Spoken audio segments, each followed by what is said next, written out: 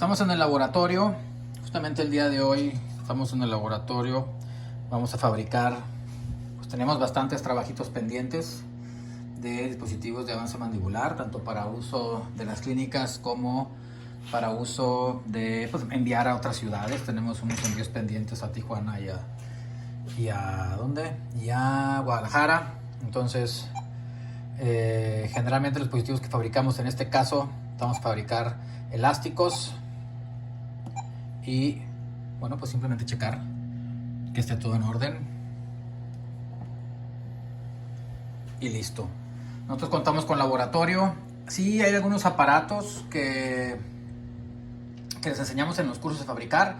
Hay otros que son un poquito más complejos, pero casualmente el día de hoy tenemos puros elásticos. Entonces, bueno, pues seguiremos reportando. Saludos.